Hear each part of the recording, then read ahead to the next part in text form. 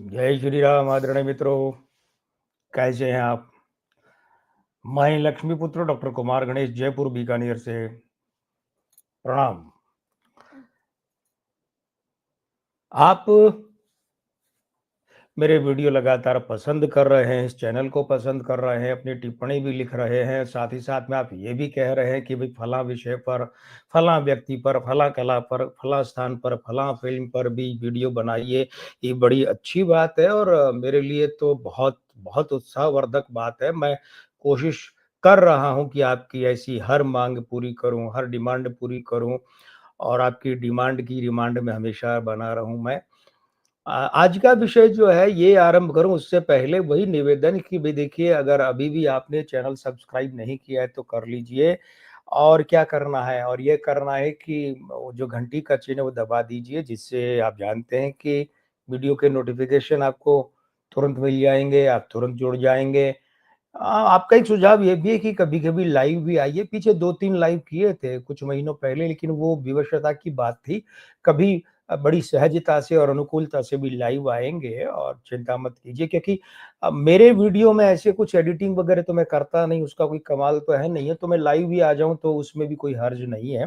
आऊँगा, अवश्य आऊँगा किसी दिन जब उस तरीके का कोई विषय और उस तरीके का मूड होगा तो लाइव भी आऊँगा। फिलहाल आगे बढ़ता हूँ। हिंदी सिनेमा का एक बहुत बड़ा स्टार है, सुपरस्टार है। आज तो नहीं है, लेकिन एक समय था जब वो बहुत बड़ा सुपरस्टार था और उस आदमी ने राजनीति में भी पाँव रखा और पहला ही चुनाव जीता, बहुत बड़े नेता को हराया, बहुत बड़े नेता को। सब वो नाम बहुत बड़ा था जिसे हराया था। तो और क्या बात, और बात ये कि धाकड़ ढंग से हराया था। लेकिन उसके बाद में उस अभिनेता का राजनीति से मोह भंग हो गया, सुपरस्टार का, और वो फिर फ़िल्मों में आ गया, लौट आया फ़िल्मों में। तो अब इस बात को यहीं छोड़कर मैं आपको बनारस ले चलूँ, बनारस मतलब वाराणसी ले चलूँ? चलिए, आ गया हूँ मैं। बनारस में दशकों पहले की बात है, दशकों। मतलब अगर आप कहेंगे तो मैं कहूँगा कि भई लगभग-लगभग ये बात पुरानी है 70 साल के लगभग, 68-70 साल पुरानी ये बात है। तो उस वक़्त हिंदुस्तान में एक शास्त्रीय नृत्यांगना का बड़ा नाम था, क्लासिकल डांसर, शास्त्रीय नृत्यांगना, और वे थीं सितारा देवी। तो उनका बड़ा नाम था सितारा देवी का, जगह-जगह जातीं, जैसे कलाकार शो करते हैं, वो अपने शो करतीं और कला का प्रदर्शन करतीं। तो इसी सिलसिले में एक बार उनका जाना हुआ वाराणसी, बनारस। तो वहाँ कार्यक्रम की बात थी, शो करना था, कार्यक्रम की तैयारी हो गई। लेकिन उसी दरमियान सितारा देवी को पता चला कि वो जो उनका नियमित तबला वादक है, भई तबला बजेगा तभी तो नृत्य होगा ना। तो वो जो उनका नियमित तबला वादक है, वो उनके साथ नहीं है। ये एक समस्या आ गई। अब ये समस्या आई तो क्या किया जाए? शो रद्द कर दें?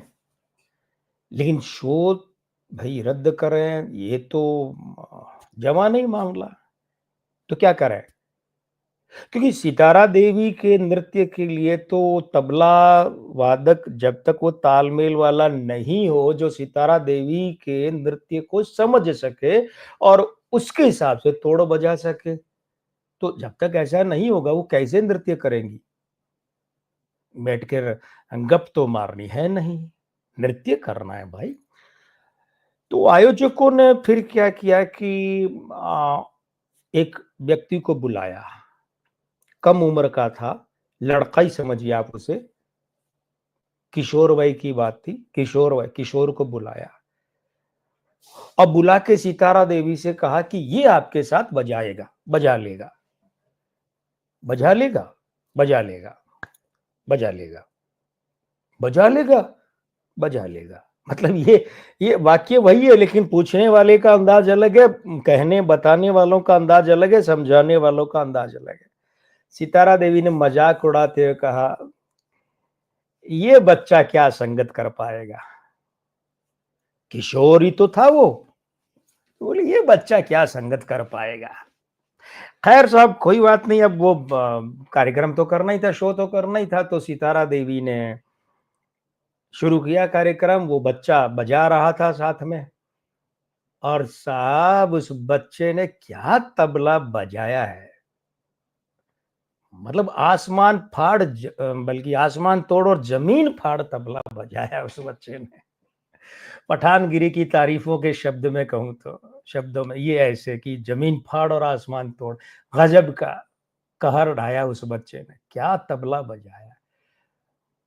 और जनाब आली उस बच्चे ने तब तक तबला बजाया है जब तक कि सितारा देवी के पांव खून से लथपथ हो गए, खून बहने लगा सितारा देवी के पांव से। और जब वे रुक गई तो बच्चे ने तबला रोका। ये जलवा था उस किशोर के तबला वादन का। सितारा देवी मान गई। और जो थोड़ी देर पहले उन्होंने मजाक उड़ाया था, ये बच्चा संगत कर पाएगा, क्या संगत कर पाएगा, उन्होंने अपनी राय बदल दी। उनके पांव खून से लथपथ हुए तब तक उस बच्चे ने तबला बजाया था वहां कार्यक्रम में। तो साहब ये बच्चा बड़ा होकर, अरे रुकिए रुकिए रुकिए रुकिए, इस बच्चे का नाम था लक्ष्मी नारायण सिंह। और यही बच्चा बड़ा होकर लच्छू महाराज के नाम से जाना गया। बहुत बड़े तबला वादक, बांसुरी वादक लच्छू महाराज। बांसुरी भी उतनी बढ़िया बजाते थे। और जैसा कि बनारस वालों का मूड होता, बड़े मूडी थे, मनमौजी थे।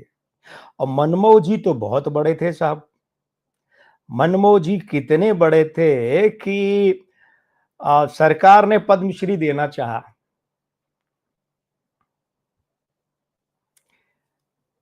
चंद्रशेखर की, चंद्रशेखर प्रधानमंत्री थे ना, याद है आपको, 4 महीने के लिए रहे थे, लेकिन राजीव गांधी की हत्या के बाद में वो लंबा खिंच गया चुनाव, तो कुछ महीने और रह लिए।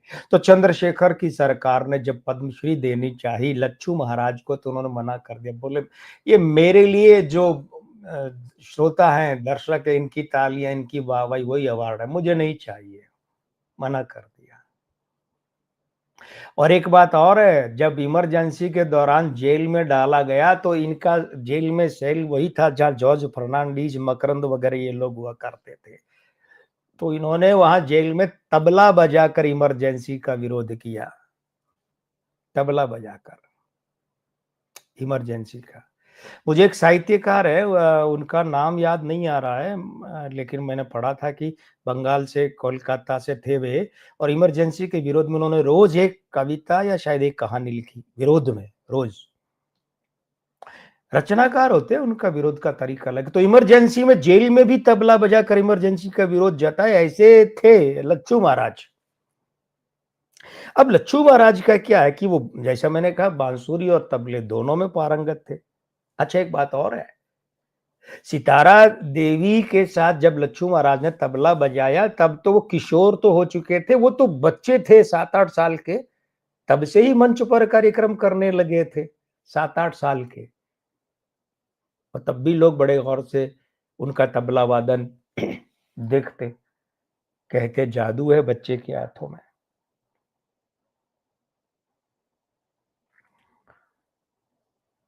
इनके पिताजी थे वासुदेव नारायण सिंह, जो वासुदेव महाराज कहलाते थे।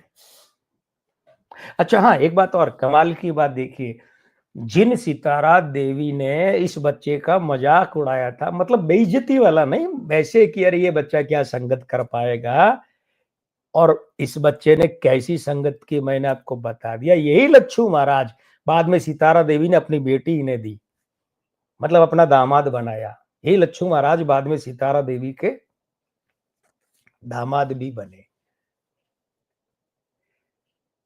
तो ये लोग कुल 12 भाई-बहन थे, लच्छू महाराज वगैरह। 12 भाई-बहन मतलब अपने अपनी माता से जन्मे, सौतेली माता से जन्मे, यूँ मिलाकर 12 भाई-बहन थे और चौथे नंबर पर लच्छू महाराज थे। और ऐसा बताते हैं कि बिरजू महाराज के ये चाचा थे। तो लच्छू महाराज जो है, ये असल में क्या है कि वासुदेव महाराज के पुत्र थे, ये बात तो मैं आपको बता चुका हूँ। वासुदेव महाराज की जो पहली पत्नी थी, उससे ये थे। तो वासुदेव महाराज की जो पहली पत्नी थी, तो उसमें से ये थे, लच्छू महाराज थे और एक बेटी थी निर्मला। अब मैं दूसरी बीवी पे आ जाऊं तो वासुदेव महाराज की एक दूसरी बीवी थी मुन्नन आपा, मुस्लिम थी वे। उनसे 2 बेटियां हुई, एक तो कुमकुम और एक राधा या राधिका, दोनों नाम ही उनके चले। ये इनका किस्सा मैं आपको फिर कभी बताऊंगा कि क्या था। लेकिन यहाँ जो पहली बीवी से जन्मे ना लच्छू महाराज और निर्मला, हिंदू पत्नी से, तो वो निर्मला देवी जो है, ये निर्मला बाद में निर्मला देवी बनी और अरुण आहूजा से विवाह किया और इनकी संतान सुपरस्टार गोविंदा। अब आई बात आपको समझ में कि वीडियो के बिल्कुल शुरू में जो मैंने जिस सुपरस्टार का जिक्र किया था वो कौन? गोविंदा, जिन्होंने मुंबई की सीट से 2009 4 के चुनाव में राम नाईक जैसे बड़े चेहरे को हराया था और धाकड़-धक। लेकिन उसके बाद करियर भी चौपट हो गया, राजनीति भी चौपट हो गई। तो लच्छू महाराज गोविंदा के सगे मामा। गोविंदा ने लच्छू महाराज से बहुत सीखा, संगीत की तमीज सीखी, संगीत का जो म्यूजिक सेंस है, जो समझ है, वो सीखी। और ध्यान ये दिए जाने वाली बात है कि लच्छू महाराज जो है ना, उन्होंने अपनी मृत्यु के बाद उनके साथ क्या होगा, ये पहले कह दिया था। वो बड़े प्रेम से किसी को जब कोई पास बैठा होता तो बोलते, तो गुरु कहते, अरे गुरु सुनो यार, एक पान लाओ अपने वाला। अरे गुरु सुनो यार, ये बात है। गुरु ये बात है, मतलब वो गुरु संबोधन देते थे। तो उन्होंने अपनी मृत्यु से पहले अपने एक मित्र से कहा था, गुरु कल देखना, मर जाऊंगा ना तो संगीत से एक भी आदमी आएगा नहीं कि लच्छू मर गया। कहने का तात्पर्य, उन्होंने वो बनारसी भाषा में कहा, मैं उसका थोड़ा सा अनुवाद, भावगत अनुवाद प्रस्तुत कर रहा हूं। उनके कहने का मतलब था कि देखो भाई, कल जब मैं मर जाऊंगा ना तो मेरी अंतिम यात्रा, मेरी शव यात्रा में संगीत जगत से कोई नहीं आएगा कि लच्छू मर गया। और हुआ यही। मतलब 16 अक्टूबर 1944 को जन्मे लच्छू महाराज 28 जुलाई 2016 को उनका देहांत हुआ। तो ध्यान दीजिएगा, सूचना सबको मिली जो उनसे संबंधित थे कि लच्छू महाराज का देहांत हो गया। लच्छू महाराज ने एक विदेशी जो महिला थी उससे विवाह किया, और विदेशी महिला से विवाह किया, वो पत्नी का नाम टीना, और बेटी हुई उससे तो उसका नाम नारायणी, चंद्रा नारायणी या नारायणी नाम रखा। लच्छू महाराज के देहांत के समय ये दोनों स्विट्जरलैंड थी। वीजा नहीं मिलने के कारण ये नहीं आ पाई। सोचिए, एक बेटी अपने पिता के और एक पत्नी अपने पति के अंतिम संस्कार में ही नहीं आए। वीजा, सांसारिक जो भी कारण रहा हो, वीजा नहीं मिला। गोविंदा को सूचना मिली, उन्होंने खबर आई कि वे तुरंत रवाना हो रहे हैं मामा के अंतिम संस्कार में सम्मिलित होने। लेकिन फिर यह है कि मौसम खराब हो गया तो वे, उनका हवाई जहाज उड़ नहीं पाया, वे भी नहीं आ पाए। दुनिया भर में लच्छू महाराज के सैकड़ों शिष्य थे, लेकिन दलेर मेहंदी के बड़े भाई शमशेर मेहंदी के अलावा उनका एक भी शिष्य नहीं था। उत्तर प्रदेश सरकार का, उस समय किसकी सरकार थी? अखिलेश यादव की। उत्तर प्रदेश सरकार का कोई मंत्री नहीं था, कोई आईएएस अधिकारी नहीं था, हिंदुस्तान का कोई फिल्म स्टार, बड़ी सेलिब्रिटी, संगीत से, नृत्य गायन से जुड़ा कोई नहीं था। बस वो स्थानीय स्तर पर 100, 150, सवा सौ लोग इकट्ठे हो गए थे और वो जो घुघरान गली का उनका पैतृक मकान था जहाँ, वहाँ से उनकी शव यात्रा निकली।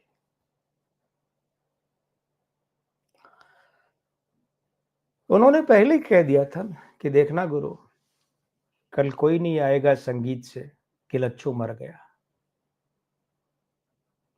नहीं आए।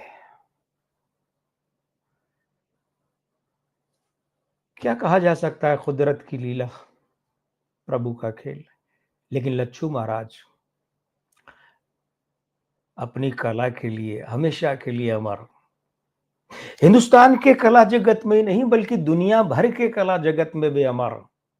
और बनारस की तो घुघरानी गली जो है वो लोग कहते हैं कि साहब आज भी लगता है कि महाराज तबला बजा रहे हैं। अनुभूति होती है। वो ऊपर की मंजिल पर रहते थे। तो लच्छू महाराज जैसे शानदार धाकड़ कलाकार की पुण्य स्मृतियों को आप और मैं दोनों नमन करते हैं। और चलने से पहले इतना अवश्य कहूंगा कि चैनल सब्सक्राइब कर लीजिए, वीडियो पसंद कर लीजिए, आगे करवाइए, भेजिए, वायरल करवाइए, आशीर्वाद दीजिए, अपनी टिप्पणियाँ लिखिए। किस विषय, किस अभिनेता, किस नेता, किस व्यक्ति, किस सेलिब्रिटी के बारे में आप किससे सुनाना चाहते हैं, लिखिए, मैं पालन करूँगा। देर सवेर सही, हाथों हाथ सही, लेकिन आपकी बात रखूँगा।